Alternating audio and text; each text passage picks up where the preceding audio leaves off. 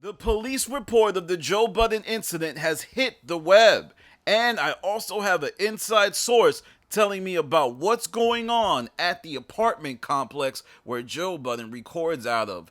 The police report right now, released by the Edgewater Police Department, says that on December 4th, at approximately 7:21 a.m., the Edgewater police were dispatched to an apartment complex for the report from a resident that a man was standing outside of their apartment door completely naked.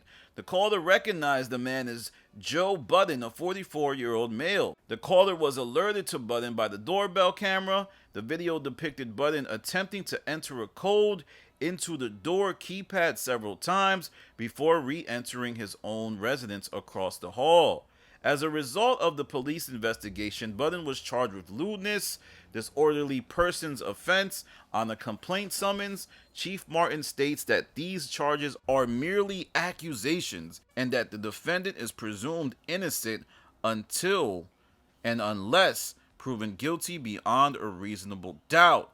Now, this reveals a lot as it gives insight into what exactly happened and also reveals that there is no doubt camera footage both from the Ring doorbell but also from the apartment complex. But there's also an element of this as well, as a source close to the situation who reached out to me let me know about the particulars of what the atmosphere is at the complex in New Jersey that Joe Budden records out of. Now, I want to be clear that I have multiple sources. As some people think Shammy's my source, I can guarantee you Shammy is not my source. We don't even really speak like that anymore. What's going on in the apartment complex is that it is a very large complex. There's been things going on, and for the most part, the apartment complex likes Joe.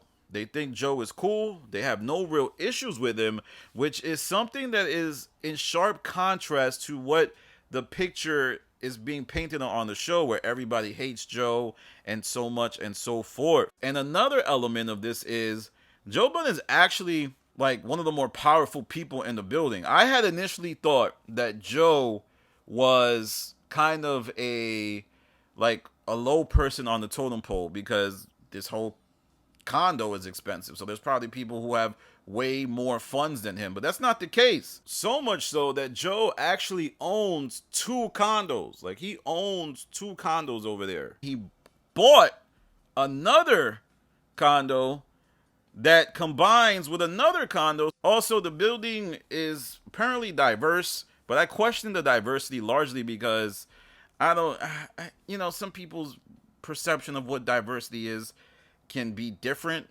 based on, where their origins are, where they come from. So that's just something that there was,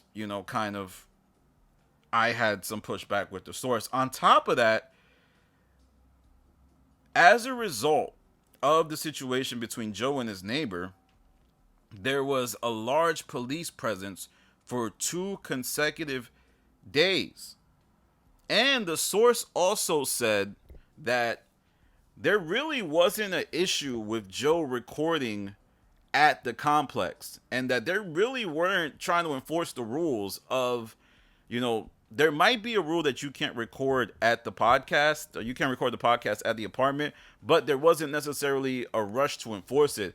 That the source of the tension largely comes from this night in question. And there's some other stuff in question, like what were the demographics of the people who observed the Ring camera? What population did they represent? Those are all things that have to be revealed in order for this story to have a bigger picture and to fully be analyzed.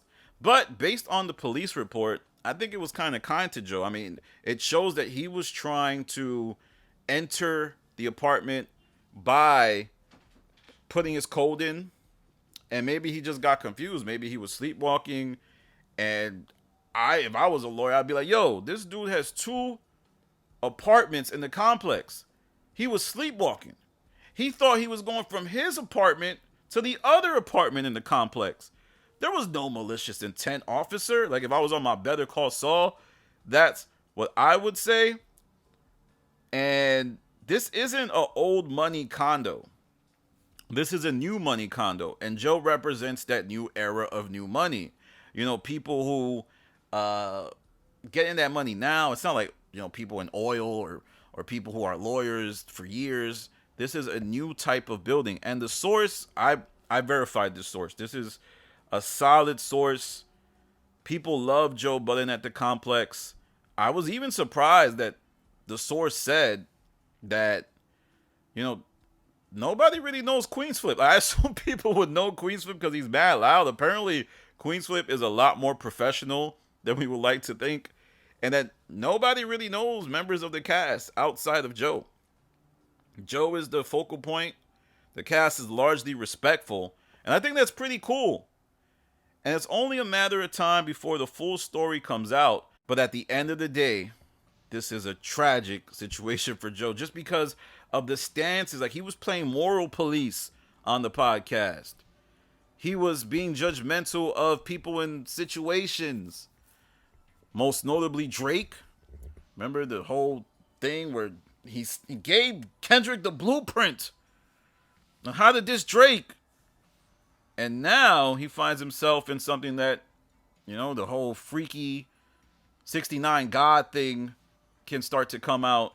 And the OVO community on Twitter is definitely going to be trumping this up, broadcasting this to the high heavens. And we'll have to see what happens moving forward. And I think there's a lot more to be revealed, y'all. As you can see by the police report, accusations of lewdness, accusations of, you know, somebody being observing a man in his birthday suit, and who knows who may have observed that. I think the sleepwalking thing also might reveal some insight as well. What could Joe Budden be doing that could lead to the sleepwalking? There's stress. There's also other things. I know a lot of people are like, Danny, why are you trying to destroy Joe? Bro, this is not my goal. My goal was never to destroy Joe. My goal was to react to the podcast, analyze what goes on, the tension between the co-hosts. But then when the host of the podcast gets involved in a crazy situation, I have to break it down. And it's ultimately shocking to me to see this happen, as I thought Joe had legitimately turned a corner and stuff like this would not happen again, but it's happened again, and it's leading to a serious situation that could hurt Joe's legacy. But there's still some bright spots. I still feel like Joe has a legal defense that could help him, and on top of that, you know, innocent until proven guilty. We will have to see where the cards fall. With that said, follow me on Instagram, Twitter, the Stop TV. Also tap in with me on Patreon. I got an episode coming of Stop Request Live real soon.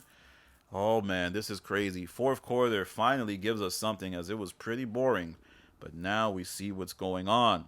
This is Danny from the Stop. Peace.